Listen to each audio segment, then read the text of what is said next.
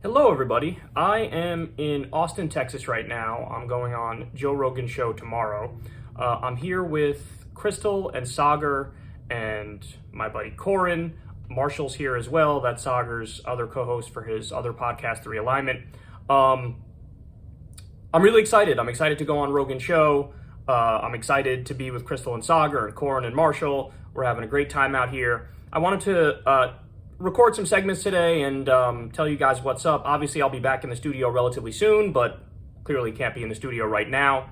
I took a look at some of the new Rising, the clips from the new Rising show, the people who are trying to fill the seats of Crystal and Sagar, and it is absolute garbage. I mean, it is sheer trash. This thing is tanking in an astounding way. Like, if you look at the numbers on the Hill now, you see, I think like 100,000 people have unsubbed since Crystal and Sagar left, and that's continuing.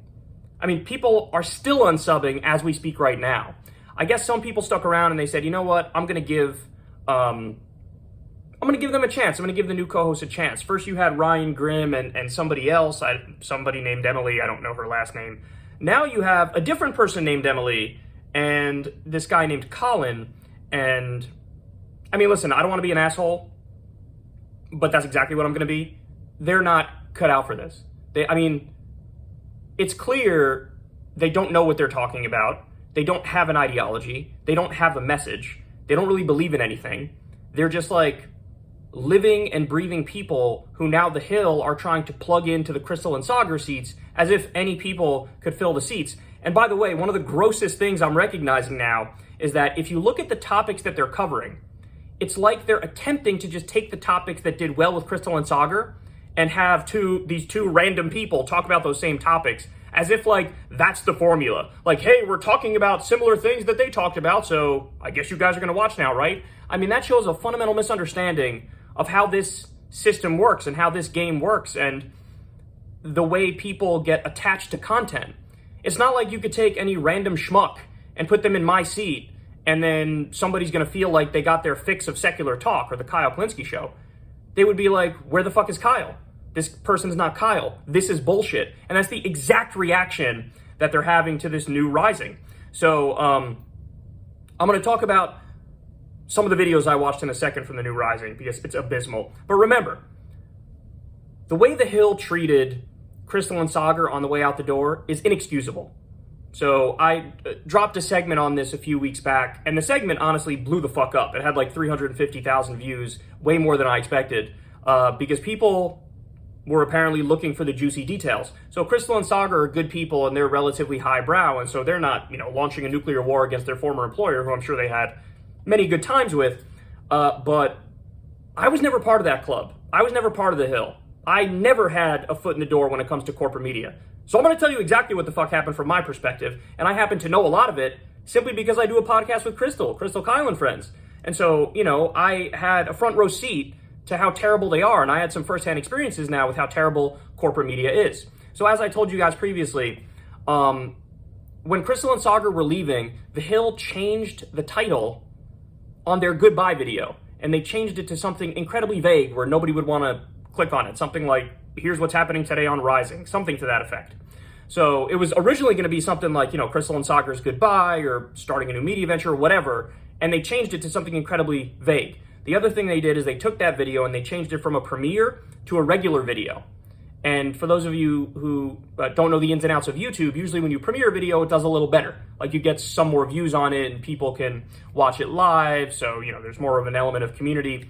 They usually premiere all their first videos. They were going to premiere this video, and then behind the scenes, somebody at the Hill changed it. Then they actually took the video down 2 or 3 days later. They took the video down in an attempt to hide the fact that Crystal and Sagar left, an attempt to downplay that and just replace them with whoever as if people wouldn't fucking notice. And then after my segment called them out on it, you know what happened? Somebody caught wind of it behind the scenes at the Hill, and they put the video back up. What happened was they put it on private to hide it from everybody, and then they took it off of private after my segment blew up and everybody was unsubscribing from the Hill. They were trying to do damage control. And guess what? Didn't work, bitch. Didn't fucking work. But I haven't even gotten to the worst parts. I told you guys this in the previous segment, but Crystal had to originally beg the higher-ups at the Hill, like, hey, let me put my videos, let me put Rising videos on YouTube, because that's where the audience is. They said no. They fought her tooth and nail. They wanted it to be on, like, hill.tv or hilltv.com or whatever the fuck it was. Just really, really bird brain stuff here. Eventually, they caved, let her put it on YouTube. Fast forward to when we're starting Crystal Kyle and Friends, and part of it's on YouTube. We were getting permission to do that because she needed it. And one of the first things we heard from one of the corporate assholes at the Hill is, quote, I own you on YouTube. That's what they said to Crystal. Now, eventually, we were able to win on that, and we were able to put it on YouTube. But guess what? Right after we launched, and I told hundreds of thousands of you, hey, this is how it's going to work. You pay the $5 a month. You get the full video on YouTube, so on and so forth.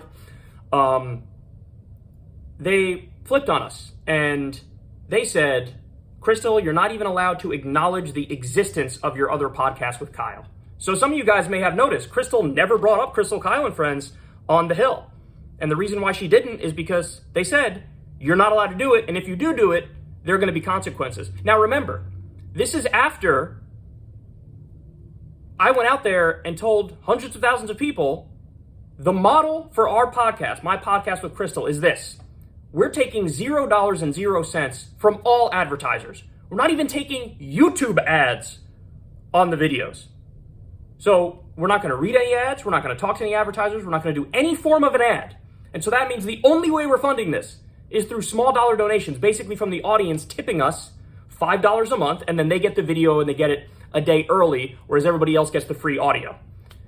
So we launch, that's the model, and then we're told, by the way, you're not allowed access to about half, or actually more than half, of the people who you want to present this to, which is fucking psychopathic. So only I was allowed to talk about it to you guys, to my audience. She wasn't even allowed to acknowledge the existence of her other podcast. So listen, was I salty over that? You bet your ass I was salty over that. I mean, Crystal and I were literally decided, you know what, let's only make 25% or 50% of what we can make with a podcast of our size, because we wanted to build something more pure with zero ad dollars. And then we're told, by the way, we're going to hide the podcast from more than half of the people who would be interested in it. So it was at that moment that I decided, if/when she ever left the Hill, I'm going to tell everybody exactly what was happening behind the scenes. So anyway, incredibly scummy, incredibly gross. They're horrendous. The Hill is a grotesque corporation. You got the higher-ups, the managers, the corporate suits who feel entitled to just fuck with people and mess with the talent and, you know, just not act like decent human beings. The other thing is, hilariously, they banned me from going on Rising when I had the podcast with Crystal. Why would you do that? As Crystal will tell you, when I went on Rising, I got some of the best numbers of any of their guests. It's like they shot themselves in the foot because they don't understand how new media works at all. They viewed us as just like direct competition, so therefore ban Kyle from coming on Rising. It's unbelievable stuff, and I could go on and on with all the other stories, and I'm sure they have way more stories than I do because they were firsthand involved. Anyway, terrible company. So now the people they put in are making the ship sink even faster. I mean, listen, I don't know if I'm supposed to tell you this part, but Crystal told the higher-ups, hey, if you guys want to save yourselves here, don't keep going with the show Rising. We created the show Rising. People are not going to accept that it's not me and Sagar. What you need to do is come up with a new show, with a new concept, with a new interesting host. They didn't fucking listen. They kept going with Rising. And so now here we are. So the ship was sinking. Now it's sinking even faster. So I watched one of the clips, Colin something and Emily something, and shout out to the guys on the Vanguard, because I saw their piece on this and it was hilarious. So they're talking about the IRS leak that we just got, where we learned that billionaires are basically paying no taxes. You have the effective tax rate of some of the richest people in the world. It's like 0.1% for some of them. You know, the one who's paying the most in the piece was Michael Bloomberg, and he was only paying a true effective tax rate of 3.5%. Meanwhile, regular people are paying 20% or 30% in taxes. So we have a regressive tax system that serves the billionaires. You know, it's an oligarchic, corrupt corporatocracy. That's what we're talking about here. So you know what the commentary was on the new Rising? The commentary from Emily and Colin went like this. This is outrageous. I cannot believe the privacy of these billionaires was violated. We need to crack down on whoever did this leak. So they're saying the exact same fucking thing that Joe Biden said. They're saying the exact same thing that Mitch McConnell said. They're arguing the exact establishment position, which is completely untenable, by the way. If it's some regular person and you're leaking their tax information, yes, I would be against that. That's not fair. That person has a right to privacy. But when you have oligarchs who have effectively bought the political system, it is definitely in the public interest to know what's going on with these oligarchs and how they're either breaking the law or finding loopholes to exploit the law, to legally dodge taxes, but in a way that shouldn't be allowed. Of course this is in the public interest. Of course you should leak on it. They don't think so. Even the guy who's supposed to be the lefty, Colin, the nominal lefty, he starts out his response to Emily by saying, I have nothing against billionaires at all. You know, live and let live. If you come up with amazing things, you're incredibly successful. You know, that's when you become a billionaire. This jackass still believes in the myth of meritocracy. That, like, the harder you work, the further you go, and everybody who's at the top of society made it through hard work and dedication and good ideas. Nonsense! Nonsense! That's not at all the way it works. Are you kidding me? We have a broken system. We have a rigged system. Many people fail up in this world. Many people are the hardest working people I've ever met, and they don't live in poverty. So what the fuck are you talking about? It couldn't get any worse. Then I tried to watch some of their radars, totally unwatchable. One of them tried to do a radar in like a fairy tale format. Like, once upon a time, there was a... What are you doing? What are you doing? So anyway, my advice for everybody is this. Number one, unsubscribe from the Hill if you're still subscribed from the Hill. Fuck them. Fuck them. Number two, still hate watch some of it because it's hilarious how bad it is. It's so funny because when you look at new media and independent media, it's just wall to wall people who believe in what they're talking about and like have passion. Even if you don't agree with them, you can see the passion. These are hosts who don't believe anything about anything, and it's so clear to see, and they're just trying to like pantomime being serious and mimic being hosts that believe in something. And it's like, it's so transparent. It's the most transparent thing I've ever seen. So anyway, this shit is unwatchable, but you should watch it anyway just to get some kicks out of it. Everybody check out my my Rogan appearance tomorrow. I'm doing it. I think it'll release at some point tomorrow as well. Everybody check out Crystal and Saugers. Of course, they have their new venture as well. And if you can, support Secular Talk on Patreon. And if you can, support Crystal, Kyle, and Friends on Substack. Remember, the $5 a month gets you the videos of the podcast a day early. So there we have it, guys. Love you.